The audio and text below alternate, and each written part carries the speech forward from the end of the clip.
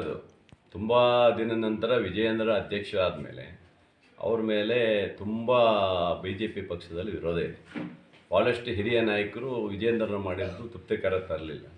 ಹಾಗಾಗಿ ವಿಜಯೇಂದ್ರನ ಇಳಿಸ್ಬೇಕು, ನೆಕ್ಸ್ಟ್ ನಮ್ಮಲ್ಲಿ ಯಾರನ್ನಾರು ಮಾಡಬೇಕು ಅನ್ನೋದೇ ಅವರು ಒಳ ಹೊಡೆತದಲ್ಲಿರೋದ್ರಿಂದ ಇದೇ ಯತ್ನಾಳ್ ಅವರು ಮೊನ್ನೆ ಹೇಳಿದ್ದಾರೆ, ವಿಜಯೇಂದ್ರನಂಥ ಭ್ರಷ್ಟ ಅವನಿಗೆ ಯಾವುದೇ ಅಧ್ಯಕ್ಷ ಮಾಡುವಂಥ ಯೋಗ್ಯತೆ ಇಲ್ಲ ಅಂತಲೂ ಸಹ ಹೇಳಿದ್ದಾರೆ. ಹಾಗಾಗಿ ಗುಪ್ತವಾಗಿ ಅವರ ಪಡೆಗಳು ಏನಿದ್ದಾರೆ, ಅವರ ವಿರೋಧ ಪಡೆಗಳು ಅಲ್ಲಲ್ಲಿ ಮೀಟಿಂಗ್ ಮಾಡಿ ಈಶ್ವರಪ್ಪನವ್ರನ್ನ ಈ ಕಡೆ ಕರ್ಕೊಳ್ಬೇಕು, ಬಿ ಜೆ ಪಿ ಪಕ್ಷಕ್ಕೆ ಕರ್ಕೊಳ್ಬೇಕು, ಅವರು ಬೇಕು ಅಂತ ಅಂದರೆ ಈಶ್ವರಪ್ಪ ಅಂದರೆ ಬಿ ಜೆ ಪಿ ಅವ್ರನ್ನ ಹೊರಗಿಟ್ಟರು ಅನ್ನೋದು ಉದ್ದೇಶ ಅವರಿಗೆ ಇರೋದ್ರಿಂದ ವಿಜೇಂದ್ರ ಮೇಲೆ ತುಂಬ ಅಸಮಾಧಾನದಿಂದ ಈ ಥರ ಎಲ್ಲ ಮಾಡ್ತಾಯಿದ್ದಾರೆ. ಇದು ಅವ್ರ ಪಕ್ಷದಲ್ಲಿರುವಂಥ ಗೊಂದಲಗಳು ಇವತ್ತು ಜನರಿಗೆ ಗೊತ್ತಿದೆ, ಎಲ್ರಿಗೂ ಗೊತ್ತಿರೋ ವಿಚಾರನೇ ಇದೆ, ಬೇರೆ ಏನಲ್ಲ.